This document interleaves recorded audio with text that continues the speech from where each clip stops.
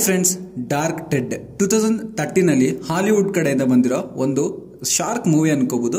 So ಇದು ಬಂದ್ಬಿಟ್ಟು ನಿಮಗೆ ಪ್ರೈಮ್ ಅಲ್ಲಿ ವಿತ್ ಮಲ್ಟಿಪಲ್ ಲ್ಯಾಂಗ್ವೇಜಸ್ ಅಲ್ಲಿ ಸ್ಟ್ರೀಮ್ ಆಗ್ತಿದೆ. ನೀವು ಅಲ್ಲಿಂದ ನೋಡಬಹುದು. ಫ್ಯಾಮಿಲಿ ಜೊತೆ ನೋಡಬಹುದು. ಅಂದ್ರೆ ಹೀರೋಯಿನ್ ಸ್ಟಾರ್ಟಿಂಗ್ ಅಲ್ಲಿ ಒಂದು 10 ರಿಂದ 12 ನಿಮಿಷ ಸ್ವಲ್ಪ ಚಿಕ್ಕ ಚಿಕ್ಕ ಬಟ್ಟೆನಲ್ಲಿ ಎಕ್ಸ್ಪೋಸ್ ಗಳಿದಾವೆ. ಅದೊಂದು ಬಿಟ್ರೆ ಮಿಕ್ಕಿದೆಲ್ಲ ನೀವು ನಿಮ್ಮ ಫ್ಯಾಮಿಲಿ ಜೊತೆ ಆರಾಮಾಗಿ ನೋಡಬಹುದು.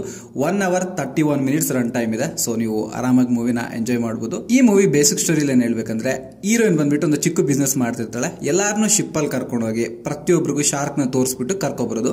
ಒಂದಿನ ಏನಾಗುತ್ತೆ ಅಂದ್ರೆ ಅವ್ರ ಕೊಲೀಗ್ ನ ಶಾರ್ಕ್ ತಿನ್ಬಿಡುತ್ತೆ. ಅವಾಗ ಬಿಸ್ನೆಸ್ ಫುಲ್ ಲಾಸ್ ಆಗ್ಬಿಡುತ್ತೆ. ಸೊ ಹೀರೋಯಿನ್ ಹತ್ರ ₹1 ಕೂಡ ಇರಲ್ಲ. ಮತ್ತೆ ಸೇಮ್ ಬಿಸ್ನೆಸ್ ನ ಸ್ಟಾರ್ಟ್ ಮಾಡ್ತಾಳೆ.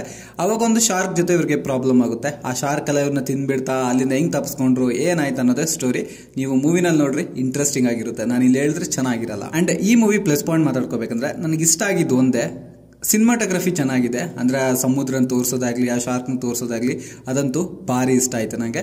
ಅಂಡ್ ಹೀರೋಯಿನ್ ಆಕ್ಟಿಂಗ್ ಕೂಡ ಅಷ್ಟೇ ಬೇರೆ ಲೆವೆಲ್ ಇದೆ. ಅದು ಹೇಳ್ಬೇಕಂದ್ರೆ ಅದು ನೆಕ್ಸ್ಟ್ ಲೆವೆಲ್ಗೆ ಹೋಯ್ತು ಅನ್ಸುತ್ತೆ ನನಗೆ. ಅದಂತೂ ಭಾರಿ ಇಷ್ಟ ಆಯ್ತು. ಮತ್ತೆ ಪ್ರತಿಯೊಂದು ಕ್ಯಾರೆಕ್ಟರ್ ಅಷ್ಟೇ ದ ಬೆಸ್ಟ್ ಆಗೇ ಮಾಡಿದ್ದಾರೆ. ಅಂಡ್ ನನಗೆ ಈ ಮೂವಿನಲ್ಲಿ ಮೈನಸ್ ಪಾಯಿಂಟ್ ಅನ್ಸಿದ್ದೇನೆಂದ್ರೆ, ಏನೋ ಶಾರ್ಕ್ ಬಂತು, ಇವ್ರನ್ನ ತಿಂತು, ಅಟ್ಯಾಕ್ ಮಾಡ್ತು, ನೋಡ್ತು, ಇಷ್ಟೇ ಮೂವಿ, ಇನ್ನೇನು ಇಲ್ಲ. ಆ ಹುಡುಗಿನ ಹೀರೋಯಿನ್ ಸ್ವಲ್ಪ ಎಕ್ಸ್ಪೋಸ್ ಮಾಡೋದು ಬಿಟ್ರೆ ಇನ್ನೇನು ಇಲ್ಲ ಮೂವಿನಲ್ಲಿ.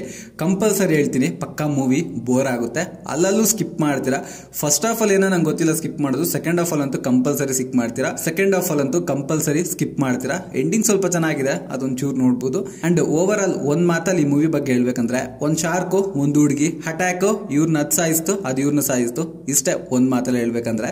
ಸೊ ನಾನ್ ಬಂದ್ಬಿಟ್ಟು ಈ ಮೂವಿಗೆ ರೇಟಿಂಗು 5ಗೆ 2.7 ಕೊಡ್ತೀನಿ. ನೀವೆಷ್ಟು ರೇಟಿಂಗ್ ಕೊಡ್ತೀರಾ ಅಂತ ಕಾಮೆಂಟ್ ಅಲ್ಲಿ ನಂಗೆ ತಿಳಿಸಿ.